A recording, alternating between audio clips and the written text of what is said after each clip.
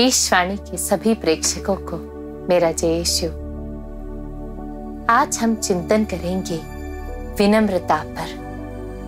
विनम्रता एक ऐसी गुण है जो इंसान को परिपूर्ण रूप से ईश्वर और मनुष्य के बीच प्रेमी बनाता है। मैंने कुछ दिन पहले एक किताब में एक बहुत प्रभावशाली कहानी पढ़ी थी। उस किताब का नाम है लीडर्स ईट लास्ट।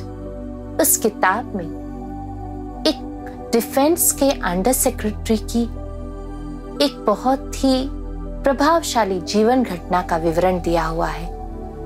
वो डिफेंस सेक्रेटरी कहते हैं, जब मैं अपने पोस्ट पर था तो मुझे अपने कंपनी द्वारा एक कॉन्फ्रेंस में भाषण के लिए बुलाया गया था। मैं तैयार हो गया और वो फ्लाइट से मुझे कोई और जगह जानी थी। जैसे ही मैं फ्लाइट से उतरकर एयरपोर्ट पहुंचा तो मुझे रिसीव करने के लिए वहां पर कैबिन क्रू मेंबर्स और हमारे कंपनी के लोग सब कोई तैयार थे और उन्होंने मेरे लिए कैब बुक किया था और मुझे बराबर सही समय पर बड़े आदर और सम्मान के साथ उस कॉन्फ्रेंस हॉल में पहुंचाया गया। जैसे ही मैं वहां पर पहुंचा तो वहां पर मुझे एक सेरामिक मग में बहुत ही स्वादिष्ट कॉफी पीने का अवसर भी मिला। जैसे मैं वो कॉफी पी रहा था, मुझे सब कुछ बहुत अच्छा लग रहा था। मेरा इतना आदर सम्मान और इतने लोगों के बीच में मेरी प्रतिष्ठा।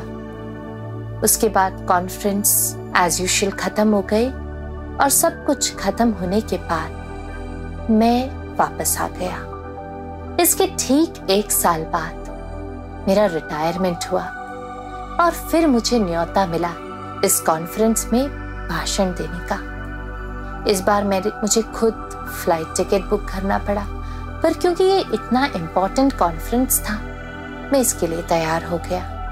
जैसे ही मैं एयरपोर्ट पर पहुंचा तो मैंने देखा हाँ, मुझे रिसीव करने के लिए कोई नहीं है। तो मैंने खुद एक कैब बुक की और मैं वहां से कॉन्फ्रेंस स्थान पर पहुंच गया। जब मैं वहां पर पहुंच गया तो मुझे थोड़ी सी थकान सी लग रही थी, तो मैंने कॉफी के लिए अपेक्षा की और जब कोई मेरे सामने से गया तो मैंने उनसे पूछा कॉफी के लिए। तो उनने मुझसे कहा, यहाँ पर सामने एक कॉफी डिस्पेंसर रखा हुआ है, आप इसमें से कॉफी ले लीजिए।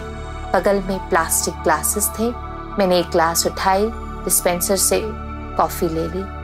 जैसे ही मैं कॉफी पी रहा था उस प्लास्टिक ग्लास से, तो अचानक मुझे वो पिछले साल का सारा दृश्य याद आ गया। वो जो सेरामिक मग में मुझे कॉफी मिली थी वो मेरे पोजीशन के लिए मिली थी, और आज जो मैं प्लास्टिक ग्लास में कॉफी पी रहा था ये मुझे इसलिए मिल रहा था कि मैं कौन हूँ। I was getting the coffee in this plastic glass for who I am. While last year I got the coffee in the ceramic mug for my position. यही हमें जीवन का एक बहुत बड़ा सत्य सिखाता है। अगर हम अहंकारी हो तो जब जैसे हमारी पोजीशन गिरती है, जैसे हमारी पोजीशन हमसे छीन ली गई हो या किसी प्रकार से हमसे नष्ट हो गया हो, तो हम जीवन में बहुत निराश होंगे। हमें अपने आप पर विश्वास होना चाहिए, ना कि अपनी पोजीशन पर।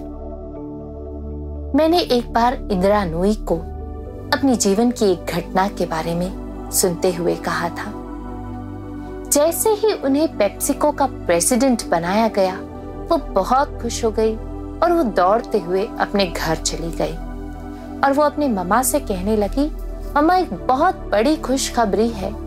जैसे वो खुशखबरी बताने जा रही थी तो मम्मा ने उसे रोका और कहा, इंदिरा घर में दूध खत्म हो गया है, the milk has got over, please buy a carton of milk।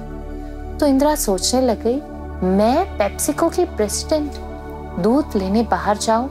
तो उसने मम्मा से कहा, मम्मा मेरी खुशखबरी तो सुनिए पहले। I'm chosen the president of PepsiCo company। मैं पेप्सिको कंपनी की प्रेसिडेंट नियमित की गई हूं। मम्मा ने शांत होते हुए कहा, तुम किसी भी कंपनी की प्रेसिडेंट हो या तुम्हारा कोई भी डेसिग्नेशन हो, पर जब तुम घर आती हो तो ये कभी नहीं भूलना कि तुम सबसे पहले एक माँ हो, एक पत्नी हो और एक बेटी हो। अभी हमारी घर की जरूरत है कि यहाँ दूध खत्म हुआ है और ये तुम्हारी जिम्मेदारी है कि यहाँ के लिए दूध ले आओ। इंदिरा को मम्मी के वो वर्ड्स बहुत ही स्पर्श कर गए। ये हमारे जीवन में भी हम सबको एक बहुत बड़ी सीख देती है। हमारा पोजीशन या हमारा डेसिग्नेशन कुछ भी हो, चाहे स्कूल में आप प्रिंसिपल हो या मैनेजर हो, या आपके कंपनी में आप डायरेक्टर हो, या आपके हॉस्पिटल में आप एडमिनिस्ट्रेटर हो, आप जो कुछ भी हो, लेकिन जब आप घर आते हैं तो आप आपके सारे डेसिग्नेशंस भूल जाइए। आप वहां पर एक प्रेमी पिता या एक प्रेमी माता या एक बेटी या बेटा या पति या पत्नी या बहन या भाई है। जब आप इस प्रकार से आपके जीवन में ढलेंगे अपने आप को, तब आपको सच्ची खुशी मिलेगी।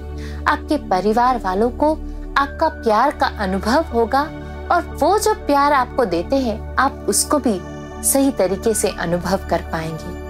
नहीं तो बस हम हमारे प्राइड और ईगो में सच्ची खुशी को खो बैठेंगे, उस सच्ची खुशी का कभी अनुभव नहीं कर पाएंगे। इसलिए पवित्र बाइबल में भी हम सुक्ति ग्रंथ में पढ़ते हैं, अध्याय 11 पद संख्या 2, घमंडी नीचे गिराया जाएगा और विनम्र मनुष्य के मन में प्रज्ञा वास करेगी।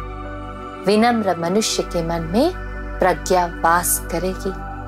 फिर हम सुक्ति ग्रंथ में 29वें अध्याय 23वें वाक्य में इसी वचन का दूसरे तरीके से पढ़ते हैं, विनम्र मनुष्य ही ऊपर उठाया जाता है। बाइबल में हम कई जगह देखते हैं कि जो भी विनम्र था वो ऊपर उठाया गया। माता मरियम इसके सबसे बड़ी उदाहरण है। उन्होंने कहा कि मैं प्रभु की दीन दासी हूँ, और प्रभु ने उन्हें अपनी माता का दर्जा दिया, अपनी माता बनने के लिए चुना। तो प्यारे साथियों, जब हम विनम्रता को अपने जीवन में अपनाएंगे, प्रभु की आशीष और खुशी हमारे जीवन में भर जाएगी। हम सबको प्रभु ये आशीष दे कि हम विनम्र बनते जाएं।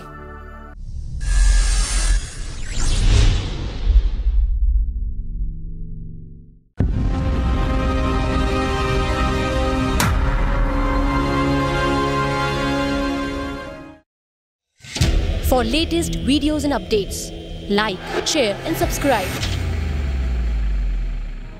For instant notifications, press the bell icon.